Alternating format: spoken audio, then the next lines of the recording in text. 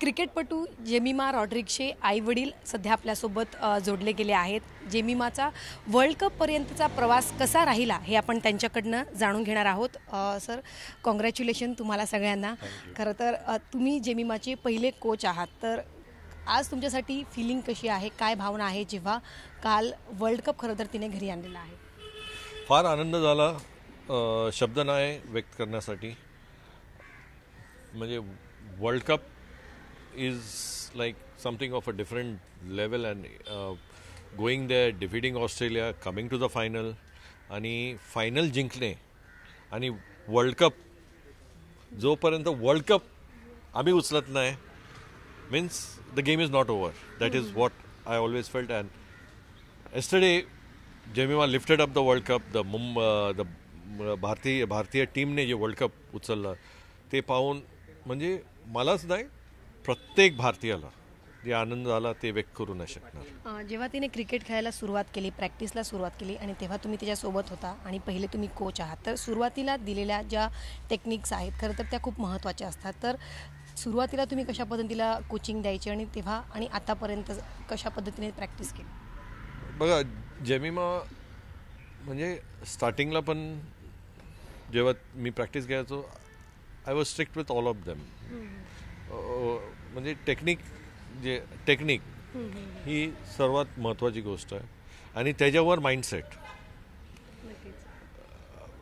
पुष्कळ लोकांकडे टेक्निक असते, स्किल असते, सर्व काय असतं, पण माइंडसेट जर नाही आहे तर ते तिकडे जाऊन cricket you cannot be a winner on the ground. So much okay in the initial stages when she was I worked on a technique. मी तिच्या टेक्निकवरती वर्क केलं. पण जशी जशी ती मोठी होत झाली, Wien she started mastering the techniques, okay, I started working on a mindset. जसं मी सांगितलं, मी लाईक इट्स नॉट जस्ट आता एक कॅमेरामॅनला मी सांगितलं, it's not just winning scoring 50-100, everybody does that, but can you finish the game and come. म्हणजे अशी छोटी छोटी गोष्ट, ओके, मी तिला सांगत राहतो. Okay, see, if you have stood there, scored 100, it's your duty to finish the game because you are a set batter. म्हणजे अशी छोटी छोटी टिप्स मी देत राहतो. ओके, तू आज एवढ्या बॉलमध्ये तू 100 मारलेस, ओके, म्हणजे 100 बॉलमध्ये 100 मारले, उद्या तू 80 बॉलमध्ये 100 मार. छोटे छोटे टिप्स देत म्हणजे today now she has gone to a next level.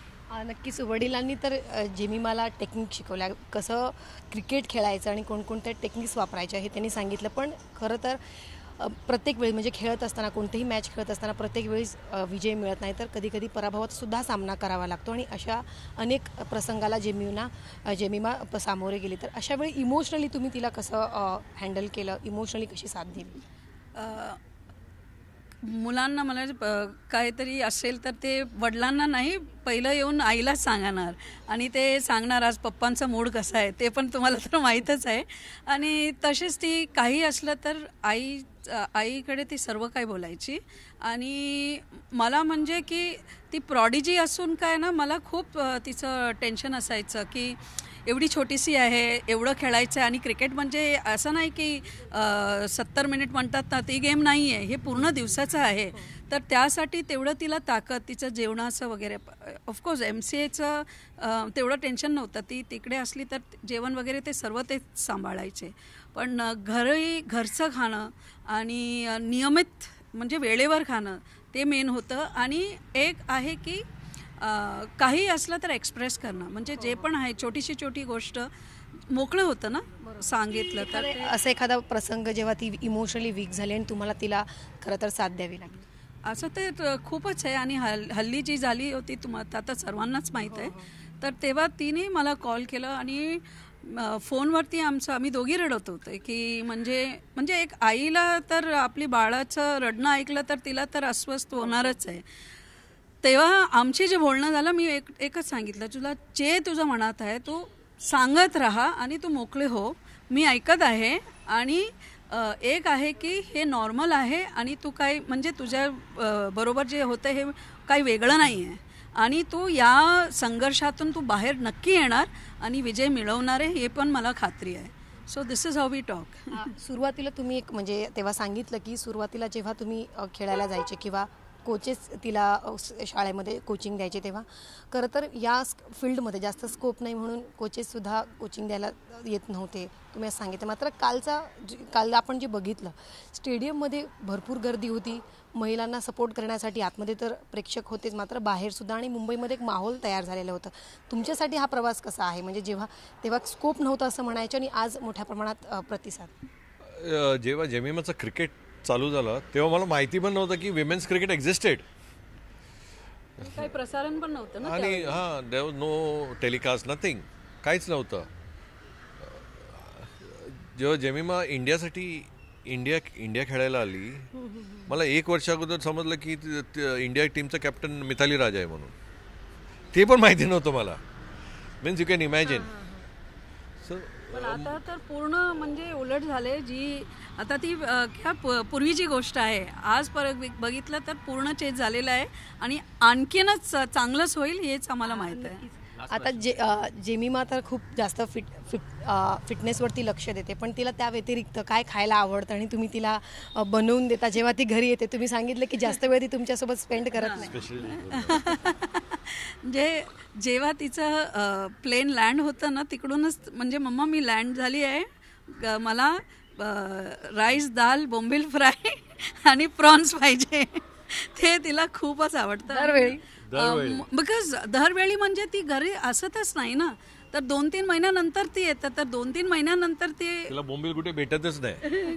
बाहेर तुम्हाला नाही भेटणार. आमच्या मुंबईमध्ये आल्यानंतर पण तुम्ही रेडी करून ठेवणार? तिने काही मागितलं तर ते देणारच. आता तर काही देणार. आणि आमची मच्छीवाली आहे, ती तिच्यासाठी खास ठेवते. कुठे मच्छीवाली? माउंट मेरी. शेवटचा प्रश्न, तुझा खरं तर तिच्यासोबत रिलेशन कसं आहे? कारण भाऊ बहीण म्हटल्यावरती घरातही भांडणं होतात आणि आपण बोलत असताना खेळत असताना आपण भांडतो एखाद्या वस्तूवरून, तर तुझा एक्सपिरियन्स काय आहे? आणि जेमिमा तर आम्हाला ऑनफिल्ड दिसते, ती वेगळी आहे, पण घरात जेमिमा कशी आहे तुझ्यासोबत? घर पे जेमिमा और भी मस्तीखोर है.